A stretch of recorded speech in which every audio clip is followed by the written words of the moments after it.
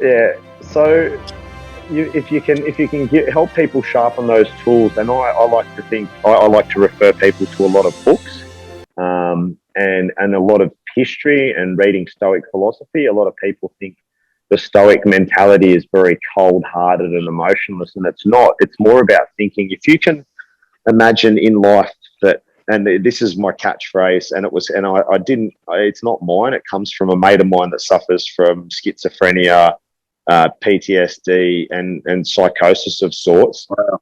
You control your own happiness. Now, my mate is unmedicated. He's a Muay Thai boxer and trainer. He has his own gym, which he dedicated to a mate of ours that passed away, which sent me on this journey as well. This ring I've got on and these ashes I have around my neck and this dragonfly, my mate passed away last year. I'll quickly cover this briefly. His was possibly a medical negligence issue. He was released from hospital probably earlier than he needed to.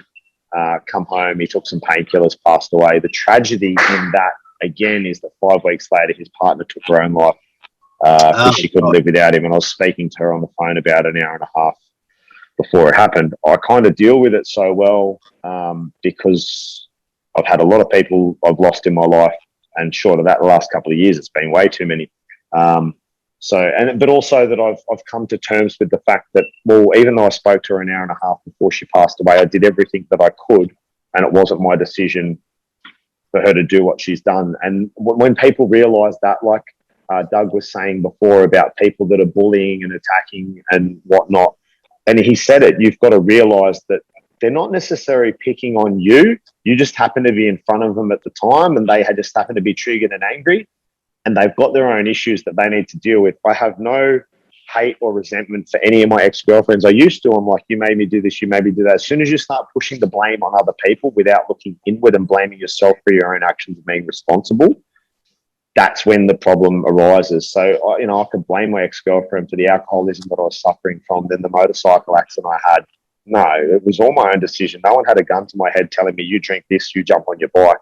Yeah. So living through those things, and then, so my mate's missus passed away. It was devastating, absolutely devastating, because we were dealing with, Brady passing away. So what I say to people is you control your own happiness. And when you realise that nothing in life matters, not possessions, I'll say it because, and then I'll clarify it later, but not possessions, not relationships, not family members, none of that should control your own happiness. You should be able to wake up in the morning and go, okay, I'm awake, I'm alive, I'm happy. All right, what am I going to do with today? And if you're in that state of, everything's hard for you at the moment because you've got mental issues or you've got adversity on your doorstep, or it's at your back door. Okay, well, your win that day could be stepping out the front step, sitting on your front step in the sun, or sitting in the rain. Just smoke, have your cigarette, coffee, whatever. Then your next win the next day could be going for a 500-meter walk. Come back home. That's a win. You got out of bed that day. You're alive.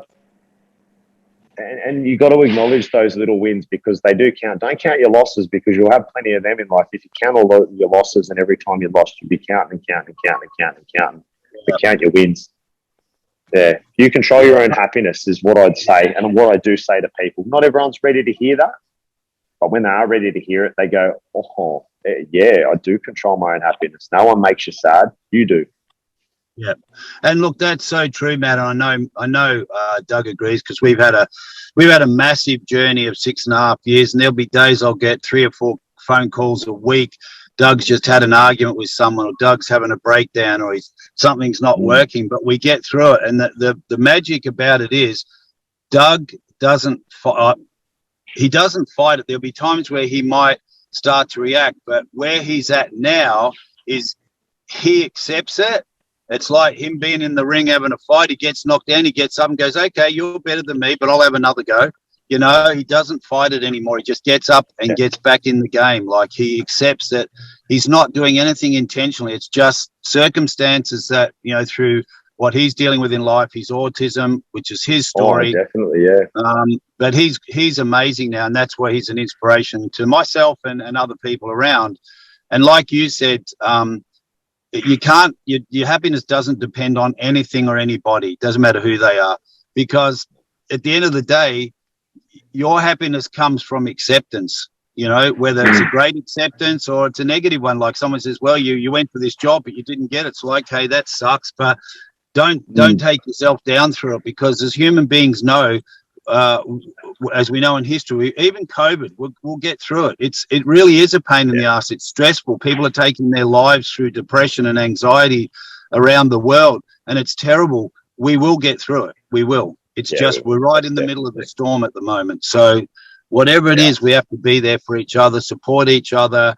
And also, as you mentioned before, we don't know what other people are going through. Like, not even the bully. Like a friend of ours, Jerry Trimble, who we've had on the program, he was an ex-world champion kickboxer back in the mid-90s. He's an actor. He was a stunt actor at one stage and had a lot of awards for all the movies he was in. He's an advocate for anti-bullying. He speaks at schools up in Canada, and he said, look, we even go and help the bully because the bully is doing something that's going on with him. So we try to find out what's going on with him, and why he's doing this. And so it's both sides of the coin, you know, like to help people. We all struggle. We all have days when you find out what's happened to the bully, it's usually like it's not nice.